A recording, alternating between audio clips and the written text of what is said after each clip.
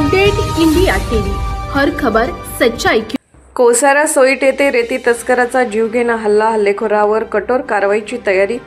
कोसारा सोईट येथे अवैध रेती तस्करांकडून महसूल विभागाच्या कर्मचाऱ्यांवर झालेला जीवघेणा हल्ला अत्यंत गंभीर असल्याचे तहसीलदार उत्तम निलावाड यांनी सांगितले। हल्लेखोराविरुद्ध पोलीस ठाण्यात गुन्हा नोंदवण्यात आला असून कठोर कारवाईची भूमिका महसूल प्रशासनाने स्पष्ट केली आहे। जखमी कर्मचाऱ्यांना वणी येथील खासगी रुग्णालयात उपचारासाठी दाखल करण्यात आले असून तहसीलदार निलावाड यांनी रुग्णालयात भेट देऊन प्रकृतीची विचारपूस केली।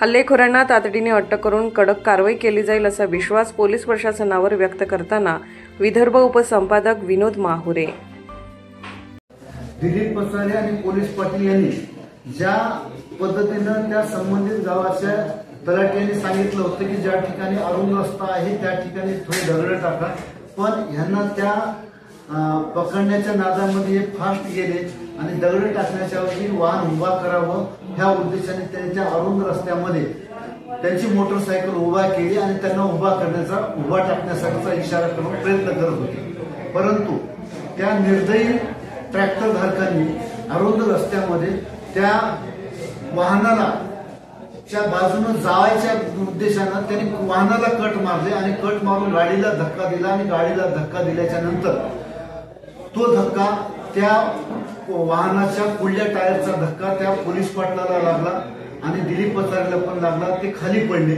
आणि दिलीप पसारे यांच्या हाताचा हात फ्रॅक्चर झाले आणि पोलीस पाटील यांना बऱ्यापैकी मोठ्या प्रमाणात जखम झाली आणि ते त्या ठिकाणी बेशुद्ध पडले।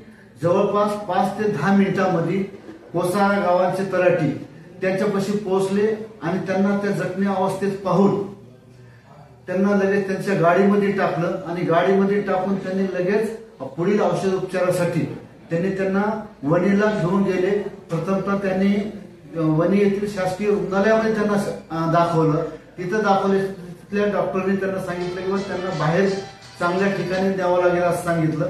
त्यानंतर त्यांनी वणी येथील एक खासगी रुग्णालयामध्ये घेऊन गेले आणि त्या ठिकाणी त्यांच्यावर प्रथम औषधोपचार केला आणि डॉक्टरांशी सल्लामसलत केली।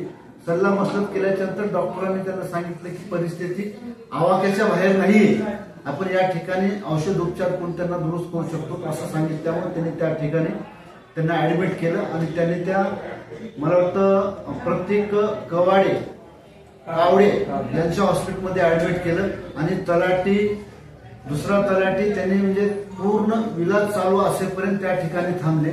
मी स्वतः पुन्हा दवाखान्यामध्ये गेलो, दवाखान्यामध्ये जाऊन डॉक्टरशी सल्लामसलत केला, डॉक्टरशी विचारपूस केली, दोन्हीही आमच्या कर्मचाऱ्याशी मी विचारपूस केली आणि दोघांनाही धीर दिला। निश्चितच ही घडलेली घटना अत्यंत गंभीर आहे। ठीक आहे, मी एक वेळेस समजू शकतो पहिल्या ट्रॅक्टरने धक्का दिला आणि तो पुढे पळून गेला, पण त्याच पद्धतीनं इतर पाठीमागले असलेली ट्रॅक्टर त्या मोटरसायकलवर न्यायचे आणि ते ट्रॅक्टर पळून जायचे, ही एवढी मोठी हिंमत करणं म्हणजे अत्यंत म्हणजे धोकादायक आहे आणि महसूल कर्मचाऱ्यावर अटॅक करण्या टाईपच आहे। तशी रीतसर फिर्याद आम्ही आमचे कोतवाल दिलीप पसारे यांना दवाखान्यामधून डिस्चार्ज दिल्याच्या नंतर मारेगाव पोलीस स्टेशनला येऊन दिलेली आहे। त्यामध्ये सुस्पष्ट जे कोणी ट्रॅक्टर मालक असतील किंवा चालक असतील जे कोणी असेल त्याचे नाव नमूद केलेले आहेत। पोलीस निरीक्षक त्यांचा तपास चालू आहे। निश्चितच शासनाच्या मार्फत त्याच्यावर कार्यवाही केली जाईल याची सुद्धा मला खात्री आहे आणि तसा अहवाल सुद्धा मी माझ्या वरिष्ठांना सादर केलेला आहे। सर, असं म्हटलं जातं का हे जे निर्णय घडताय आणि प्रशासनावर अटक आहे त्यामुळे यांच्यावर गंभीर कठोर कारवाई करण्यात आणि तातडीने जो काही आहे त्यांचा ट्रॅक्टर जप्त करण्यात यावं असं त्या संबंधित एरियाचे आता वातावरण तयार झालं, याबद्दल आपण काय सांगू इच्छिता? आम्ही आमच्या मार्फत फिर्याद दिलेली आहे। पोलीस विभाग त्यांना रजिस्टर व्यवस्थित त्यांची कार्यवाही चालू आहे। आता पोलीस विभागांचं काम आहे ते त्याप्रमाणे करतील आणि निश्चितच ते पण म्हणजे त्या आरोपीला जास्तीत जास्त शिक्षा होईल अशी कार्यवाही करतील असं एकंदरीत आपल्याला सगळ्यांना ग्राह्य धरायचं। धन्यवाद. साहेबांनी सांगितले का जे आता जे आमचे महसूल प्रशासन किंवा पोलीस प्रशासनाचे पोलीस पाटील आहे आणि महसूल सेवक आहे त्यांना जो गंभीर मार झाला आणि इजा झाली त्याचा आम्ही स्वतः प्रशासन म्हणजे पाठीशी आहे. मी स्वतः त्या दवाखान्यात गेलेलो आहे. स्वतः एटीओ साहेब पण गेलेले आहे. आमच्या तलाठी अधिकारी वेळोवेळी जाऊन तब्येतीची आढावा घेत आहे आणि आम्ही त्यांच्या प्रत्यक्ष पाठीशी आहे. कुठे जरी न्यायाचं काम पडलं तर आम्ही त्यांच्या सोबत आहे. कुठेही आमच्या कर्मचाऱ्याला काही होऊ देणार नाही आणि अशी यांनी सांगितले. आम्ही सदैव महसूल प्रशासन आणि मी त्याला स्वतः तहसीलदार म्हणून त्याच्या सोबत आहे.